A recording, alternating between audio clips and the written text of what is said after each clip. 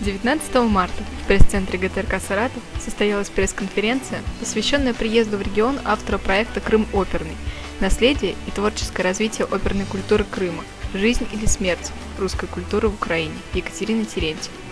На мероприятии присутствовал депутат Саратовской областной думы, член Комитета по культуре, общественным отношениям, спорту, делам молодежи и информационной политике Александр Сидоренко.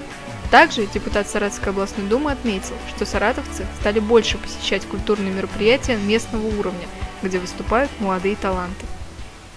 За многие годы впервые вот на таких, можно сказать, общественных мероприятиях, непрофессиональных, когда зрители вставали, хлопали и не уходили из зала до окончания этого мероприятия. Обычно на таких мероприятиях периодически, встают, начинают уходить люди, а здесь все присутствующие в зале до последнего ноты, до последнего, как говорится, выступления оставались на местах и стоя приветствовали победителей. Это было необыкновенно.